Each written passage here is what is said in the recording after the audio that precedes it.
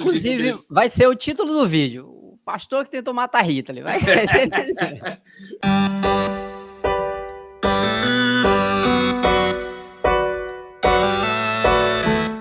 Fala pessoal, estamos aqui mais uma vez. Hoje a gente vai estar falando um pouco sobre Dietrich Bonhoeffer. Eu tenho quase certeza que eu não acertei a pronúncia, porque o meu alemão não é lá essas coisas. O português não é muita coisa, e quem dirá o alemão. E meu conhecimento sobre Dietrich não é tão grande. Então é por isso que hoje a gente tem um convidado aqui para estar falando a respeito disso, né?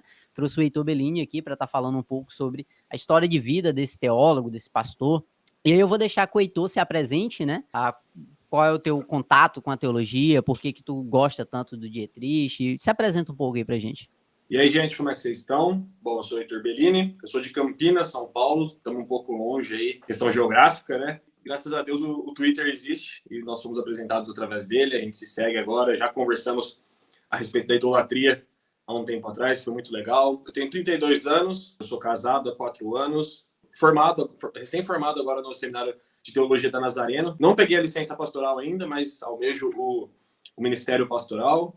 Sou um teólogo formado no papel, mas ainda estudante de teologia, né? Eu costumo dizer para os meus amigos, eu brinco bastante, que quanto mais você estuda teologia, mais burro você se sente. Faz total Às sentido. vezes é um pouco frustrante, confesso. Mas comecei a estudar teologia em 2017, junto com a minha pós-graduação de Relações Internacionais, na Faculdade Sul-Americana. Fiz 6 meses, aí não deu para conciliar a teologia com as Relações Internacionais. Falei, poxa, a teologia eu posso trancar, aproveitar as matérias. A pós-graduação era na Unicamp, não tinha essa disponibilidade de trancar, voltar depois. Eu terminei a pós-graduação em 2018, e aí depois eu conversando com o meu pastor, ele falou assim, se você quer atuar na denominação, eu te indico a você ir para o seminário da denominação, confessional, né? Então concluí aí, foram 4 anos e meio de estudo de teologia e vão ser uns bons anos ainda pela frente, aí pensando no que fazer agora nesse próximo ano, nos próximos anos, pensando aí no que estudar, porque estudar é algo que eu gosto muito. E o Bonhoeffer, e aí eu tô seguindo a pronúncia da Vicky, você vai gravar com ela ou já gravou com ela? Isso. Eu também sigo a pronúncia dela, Dietrich Bonhoeffer. Ela é professora de alemão, né? Então... Eu tenho aquele reel salvo até hoje, porque às vezes dá um bug na minha mente, eu vou lá e vejo a Vicky falando de novo, porque eu falava Bonhoeffer, achava que tava arrasando. Então, o Dietrich eu acho mais difícil, então eu prefiro falar só Bonhoeffer.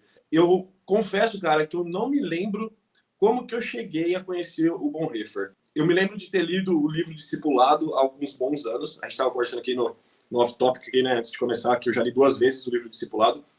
Esse livro é muito bom. Ele era o meu preferido até eu ler Crônicas de Nárnia, mas ele está no meu top 5 aí da vida. Talvez seja o meu segundo preferido. Eu não lembro como... C.S. Lewis também está em outro, não, né, outro patamar, outro nível. Não dá para falar. Tem 2 leituras anuais que eu faço, a Bíblica e a de Crônicas de Nárnia. Então, é Bíblia e Bíblia, né? Acho que foi você que falou isso para mim uma vez, é a Bíblia e a Bíblia Ilustrada. Cara, e aproveitando esse tópico aí de Crônicas de Nárnia, eu vou fazer uma propaganda do Crônicas de Nárnia aqui. Não é meu, né? Antes que ela grite aqui falando que é dela. Só um instante.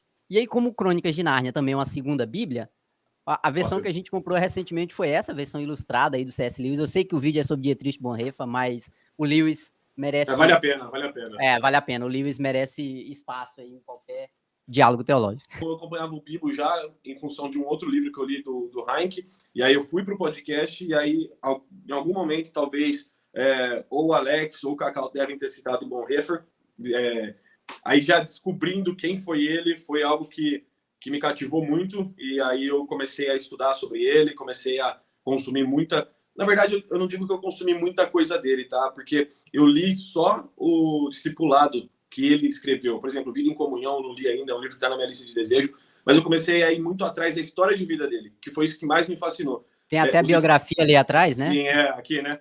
Aqui, isso. Ó. Ele tá olhando por nós aqui. Isso, agora. Então, essa biografia aqui eu já conto a história dela. Você deve saber, mas eu já conto a história para quem estiver assistindo. Então, eu fui atrás de consumir muito mais sobre a vida dele, sobre a experiência dele, o que ele fez, o que ele viveu, do que propriamente os escritos dele. É algo que eu vou fazer posteriormente, com certeza. Já tenho, como eu disse, vários livros na minha lista, já li o Discipulado 2 vezes, mas já foi a história dele que mais me cativou. Então, foi aí que eu entrei nesse mundo de Dietrich Bonhoeffer. Então, pra gente entrar, pois é, tu tá falando aí sobre como tu teve esse primeiro contato, né? Mas antes disso, quem é? Quem é ele? Porque, assim, muitas pessoas provavelmente vê o nome e não faz ideia de quem seja. Eu tive um contato muito recente, eu acho que 1 ano e meio, 2 anos talvez pra cá, que eu vim ouvir pela primeira vez esse nome, assim? Quem foi Dietrich Bonhoeffer, assim? Foi um teólogo alemão, um pastor alemão. Eu acho engraçado sempre que eu uso essa expressão, porque todo mundo fica dando risada por causa do Não, cachorro. falou pastor alemão, vem um cachorro na mente, não tem jeito. Exatamente. O Bonhoeffer ele nasceu na Breslávia, hoje é Polônia. Depois dos desdobramentos aí da Primeira Guerra Mundial, a Alemanha perdeu esse território para a Polônia, né, passou a se tornar Polônia. Então, na época, Breslávia era ainda Alemanha. Ele nasceu no dia 4 de fevereiro, daqui a pouco faz aniversário do nascimento de Bonhoeffer, de 1906. E ele nasceu numa família muito abastada e muito influente na Alemanha. São tantas pessoas influentes e importantes na família dele que eles eram assim associados ao Império Alemão, né? Para quem não sabe, o Império Alemão acabou com a Primeira Guerra Mundial, então era Kaiser antes de 1918, 1917. Tem um bisavô dele que tem uma estátua em uma cidade alemã, que foi um grande teólogo, um grande pastor daquela cidade. Então ele veio de uma família, ele era de uma família muito abastada também. Era uma família rica. O pai dele era um dos maiores psicanalistas, psiquiatras e neurologistas da Alemanha. Então, quando o Bonhoeffer inclusive muda para Berlim, ele nasceu na Breslávia, ele muda para Berlim aos 6 anos de idade, em 1912. Exatamente pela questão do pai dele ter sido transferido, ou melhor, convidado a ocupar a cadeira de psiquiatria e neurologia da Universidade de Berlim. Então, era uma família assim muito proeminente assim, na sociedade, e isso, inclusive, até já vou pular um pouquinho lá para frente, isso, inclusive, essa influência que eles tinham, essa importância que eles tinham, fez com que ele desfrutasse de algumas regalias durante a guerra, a Segunda Guerra Mundial, e isso me cativa ainda mais nele, porque apesar dele ter todos os aparatos que ele poderia ter de influência, ele ainda assim, ele foi uma pessoa que, como nós vamos ver mais para frente, abriu mão disso e acabou sofrendo as consequências de ter aberto mão de uma influência ou de um benefício que ele poderia ter pelo nome da família dele. Porque, assim, existiam diversos pastores alemães nessa época, existem diversos teólogos alemães, assim, muito influentes. Eu acho que a Alemanha é um berço muito forte dentro da teologia, né? E eu queria entender, assim, por que se fala tanto a respeito dele, por que tem biografias. Aí eu sei que ele escreveu muito, mas tu falou uma coisa interessante, que tu se focou muito mais na história de vida em si do que propriamente na biografia que ele escreveu. Então, assim, além da biografia que ele escreveu, que eu sei que ele escreveu vários livros, inclusive eu tenho um deles aqui, por que Dietrich ficou tão marcado dentro da história e por que ele é tão influente? Por que se fala tanto dele até hoje, mesmo ele tendo morrido tão jovem, né? Porque foi alguém que morreu relativamente jovem, não sei se tu falou 34, 35 anos, 39 anos ele morreu. 39 ele morreu anos. com a mesma idade do Martin Luther King. É engraçado que os dois são as minhas maiores influências. Referências. E os dois morreram com a mesma idade, 39 anos. Na verdade, eu acho que o Bonhoeffer ele é pouco falado, perto do que ele deveria ser falado. Perto do que ele deveria ser como eu acho que é mais assim na bolha teológica, eu acho, que ele é muito certeza. Falado. Assim, exteriormente ouve-se pouco, quase ninguém conhece. Eu acho que, pelo meu ciclo de amizades, né, eu posso dizer que os que me conhecem sabem quem é Bonhoeffer, porque eu falo toda hora e posto toda hora. Mas não é raro eu chegar em pastores com vários anos de ministério e não saberem quem é Bonhoeffer, sabe? Não saberem da história dele, não saberem o que ele fez, quem ele foi. Então eu acho que se fala pouco de Bonhoeffer, eu acho que deveríamos falar mais sobre Bonhoeffer. E eu acho que uma das coisas que a gente não ouve muito falar, a principal fama do Bonhoeffer durante a Segunda Guerra Mundial, vai ser durante a Segunda Guerra Mundial, mas ele foi um cara muito importante também para a igreja alemã, no sentido de que ele foi, num período onde a igreja alemã, onde as faculdades de teologia alemã de Berlim, ela estava inundada de teólogos liberais. Ele foi ali alguém que, apesar de ter cursado uma faculdade de teologia liberal, isso aqui na biografia dele, que eu tenho fala muito bem, ele resistiu a isso. Ele era extremamente ortodoxo, sabe? Ele não se rendeu à teologia liberal. Ele bebeu muito na fonte de Barth, e apesar de alguns falarem que Barth é liberal, o Karl Marx me falou uma coisa muito interessante um dia. Ele me falou assim, falar que Karl Barth é liberal é a maior asneira que alguém pode dizer. É só pegar a biografia dele, pegar o que o Karl Barth produziu, e nós vamos ver que ele era extremamente contra a teologia liberal. Ele que pôs a pá de cal na teologia liberal. Então, o Bonhoeffer teve esse ponto aí alto na carreira dele, no começo da carreira teológica dele, dos estudos teológicos dele, de estudar em uma escola de teologia liberal e não se render à teologia liberal. Então isso já chama muito atenção a biografia dele. É algo menos dito, porque, como eu disse, mais lendo biografia que nós vamos pegar essa parte, mas o que mais torna o Bonhoeffer conhecido é o fato de que ele participou, por exemplo, de Aí a gente tem umas controvérsias, tá? Alguns dizem que ele participou ativamente de operações para matar o Hitler, outros dizem que ele teve um papel de espião, dando informações para o serviço secreto inglês no tempo de guerra. Outros Inclusive, dizem que vai ser o título do vídeo. O pastor que tentou matar Hitler. Vai ser... e assim, eu já ouvi alguém dizendo assim, porque o Bonhoeffer pegou em armas para matar Hitler. Isso não é verdade. O Bonhoeffer fez parte de uma resistência, né, que começou com uma resistência eclesiástica, digamos assim, porque foi no momento que a igreja alemã começou a se alinhar e passou a ser chamada de Igreja do Reich, que foi quando a teologia nazista, né, digamos assim, com a adoração a Hitler, com entrou a questão... dentro da igreja, né? Exatamente. A igreja começou a se curvar, os pastores começaram a se curvar, começaram a aceitar aquela idolatria, começaram a aceitar aquele ensino teológico, e o Bonhoeffer, junto com outros, né, ele não foi assim o cabeça das coisas, havia muitas pessoas que estavam junto com ele, isso é muito legal, esse livro conta bastante sobre isso. Ele fez parte dessa resistência, criando, né, surgindo ali a igreja confessante. Inclusive, nós temos a declaração de fé de Betel, se eu não me engano, que foi assinada por Karl Barth, inclusive, que tem alguns pontos muito legais. Depois fica a dica aí para procurar na internet. Tratava da teologia ali da igreja confessante, mantendo-se fiel à igreja cristã e contrária à igreja do Reich. E aí para que eles passam a ser perseguidos, né? Então, o Bonhoeffer, ele foi alguém que sim, participou, de certa forma, de operações, ou melhor, de planos, de arquitetar alguma coisa, de dar opiniões a respeito de planos para se matar, para que o Hitler fosse morto, para que o atentado contra Hitler, mas ele não pegou em armas. E aí é a grande controvérsia, né, a respeito da vida de Bonhoeffer. Eu lembro que há uns 3 anos atrás eu estava falando sobre isso no Twitter com alguém, e é uma grande controvérsia porque, assim, e aí, será que era certo participar de um plano para matar o Hitler? E então, nós como cristãos deveríamos participar disso? Nós como cristãos deveríamos nos envolver com algo assim? Tá, muito bem. Então, assim, dá para entender a influência dele, né? Dá para entender, assim, principalmente o contexto histórico. Acho que a gente tem muito a aprender.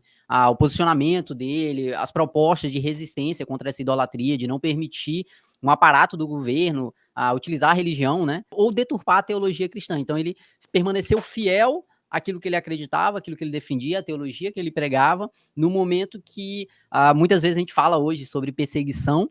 E aí, olhando para um cenário desse, Alemanha nazista, campos de concentração, que ele foi morto em campos de concentração, né? Sim. Então, assim, é uma perseguição em outro nível, é outra realidade, uma perseguição de fato, né? Então, assim, a gente tem muito para aprender com o Bonhoeffer, e aí seria o último tópico aqui, que eu até tinha anotado, o que a gente pode trazer de forma prática para o nosso dia a dia, para a nossa vida enquanto cristão, para a nossa realidade, a partir dos escritos, a partir da vida, a partir da biografia do Dietrich. Assim, o que tu consegue, o que nesses anos estudando, lendo a respeito dele... A principal influência que o Bonhoeffer tem, eu disse há pouco, né, que ele é uma das minhas maiores referências, que a gente, quando nós não somos perseguidos, quando nós não somos os oprimidos, ainda assim nós devemos nos compadecer com aqueles que são, né?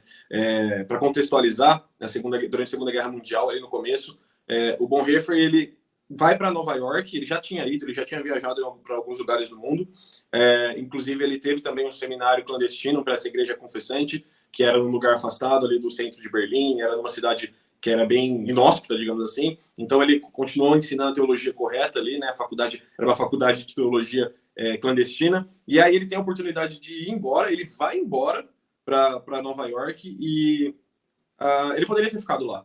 E aí que me chama muito a atenção, ele viu a Alemanha da maneira como estava, ele viu o que estava acontecendo na igreja da Alemanha, e ele estava num território onde não tinha ataque à bomba, não tinha... Os Estados Unidos não tinha perigo, né? Em nenhum momento o território dos Estados Unidos correu algum perigo durante a Segunda Guerra Mundial, exceto, óbvio, Pearl Harbor, mas lá no Pacífico, mas o território onde nós conhecemos quando nós vemos o mapa dos Estados Unidos não teve nenhum perigo durante a Segunda Guerra Mundial. Bonhoeffer estava lá, e a biografia trata muito isso, como as pessoas, quando ele falou assim, eu vou voltar para a Alemanha, as pessoas ficaram estarrecidas. Todos, inclusive a família. Ele sai dos Estados Unidos seguro, protegido, fazia parte de uma família burguesia ali, estava uma condição social boa em todos os aspectos, e ele volta para a Alemanha no meio da guerra, uma Alemanha no período nazista, com perseguição, para pregar uma mensagem contrária ao Reich. Isso. É isso.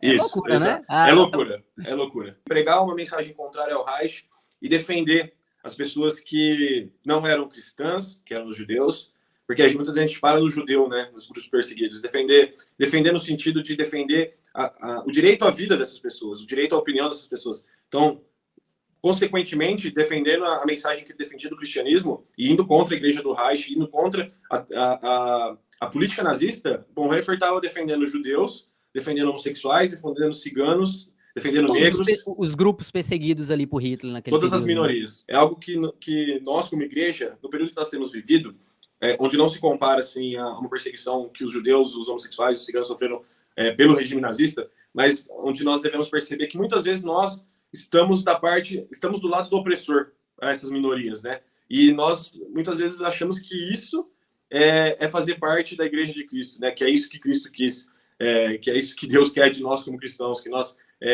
oprimamos aqueles que são minoria, que estão discordantes de nós, né? Então, eu acho que esse é o principal legado que Bonhoeffer deixa para mim, sabe? Eu não estou sendo perseguido, eu poderia estar tranquilo, eu poderia ficar na minha, tranquilo, esperar a guerra acabar, esperar o momento tribuloso que está passando, que está acontecendo passar, e ficar aqui na minha, beleza. Mas não, ele defendeu, em primeiro lugar, a causa de Cristo, o verdadeiro evangelho, sim, não foi só as minorias, ele defendeu o verdadeiro evangelho e defendeu as minorias, quer elas aceitassem esse evangelho ou não. Né? Então, eu acho que é algo muito interessante, é algo muito lindo assim da gente ver, que é algo muito cristão mesmo, tornou-se uma referência mesmo para mim de como lidar com essas questões, muitas vezes controversas que nós passamos no nosso período, nosso tempo, sabe? Pô, eu tenho a oportunidade de ficar quieto, de ficar calado, e aí vem uma das frases dele que eu uso direto. Eu fiz o meu top 5 livros a semana passada, em 2 top 5 eu usei essa frase porque elas cabiam tanto na biografia dele, mas em outro livro também, que agora não vou me recordar, que ele disse a célebre frase: o silêncio diante do mal é o próprio mal. Então, é uma frase assim que eu guardei no meu coração, e toda vez que eu tenho que encarar uma situação ou um momento da história da minha geração, onde eu vejo que o mal está sendo perpetuado, muitas vezes travestido de evangelho, travestido de bem, e eu ficar em silêncio, eu vou estar cometendo esse mal. Então, eu acho que assim, se Bonhoeffer deixou alguma coisa para mim e para a Igreja de Cristo, assim, se pudesse escolher uma frase dele, eu acho que essa seria a frase mais categórica, assim: o silêncio diante do mal é o próprio mal. Morreu num campo de concentração, morreu enforcado porque ele não poderia ser levado à câmara de gás porque ele era ariano. Então e tem mais disso, ele era ariano, ele poderia ficar muito de boa durante a guerra. Então ele morreu enforcado em 1945, um mês antes do campo de concentração campo de prisioneiros, na verdade, que ele estava preso ali no final da guerra, fosse liberto. Então foi bem no finalzinho da guerra. E assim como tantos outros mártires que a gente pode ver durante a história da igreja, ele morreu em paz. A biografia cita, principalmente logo que ele foi assim para ser morto, né, que ele estava se caminhando, eles dão a oportunidade, assim, isso a gente vê também durante os mártires da Inquisição, a oportunidade da pessoa fazer uma última oração ou fazer um último discurso. Não foi o caso dele, ele fez uma última oração, ele se ajoelhou ali diante do carrasco dele, diante da forca que ele seria enforcado. E ele já estava há algum tempo convicto que ia ser morto pelo que ele defendia. Isso ele fala várias vezes, tem vários relatos dele trocando cartas, falando com quem ia visitar ele na prisão. E o carrasco dele, né, diz que nunca ele tinha visto um homem tão serenamente caminhar em direção à morte. E é muito legal porque o último capítulo desse livro, que é a biografia, fala sobre a questão de como Bonhoeffer passou a enxergar a morte a partir do momento que ele passou a enxergar o que era salvação para ele.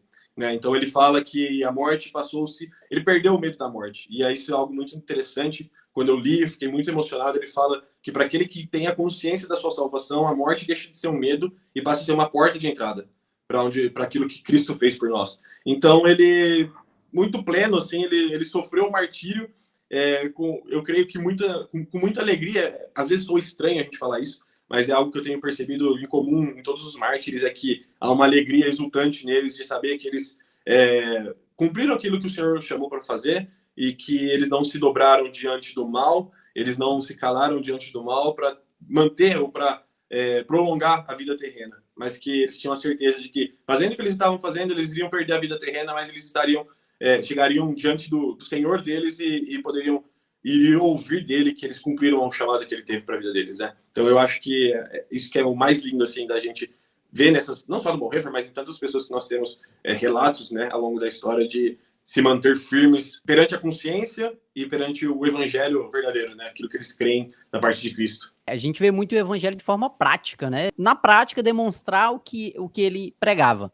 Né? A gente vê os relatos dentro dos escritos, dos livros, da teologia dele, só que a gente vê um impacto muito mais forte naquilo que ele fez, de forma prática. Como tu disse, a biografia impacta muito mais do que o livro de teologia que ele escreveu, né? Inclusive, eu tenho um livro grandão aqui, que é... não dá para pegar agora, mas é sobre a Segunda Guerra Mundial, tem umas 800 páginas, e nesse livro, o autor Martin Gilbert, ele cita Bonhoeffer, né? Então, você vê que é alguém que transcende aí a bolha cristã, como a gente estava dizendo, né? Alguém que é citado em livros de historiografia, como alguém que fez a diferença mesmo, que sofreu, foi até as últimas consequências para defender aquilo que ele acreditava. Perfeito, perfeito. Eu tenho certeza que a gente teria muito mais para conversar a respeito de Bonhoeffer, tem muito material para falar, tem livros, se a gente fosse entrar especificamente em algum livro dele, teria muito conteúdo para falar, e nada nos impede em um próximo vídeo falar um pouco a respeito disso.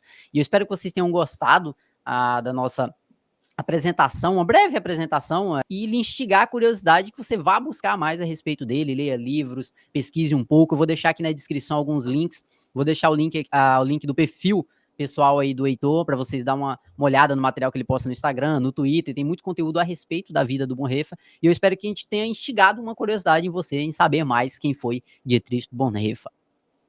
Você quer falar alguma coisa para finalizar? Não, por enquanto, pessoal, se tivesse que falar muito, a gente ia ficar horas e horas aqui falando, né? Então, eu acho melhor instigar a galera aí e que as pessoas possam consumir mais sobre Bonhoeffer e aprender com o legado que ele nos deixou. Amém. Então é isso, pessoal. Seja corpo, seja igreja, seja luz, e até a próxima. Valeu!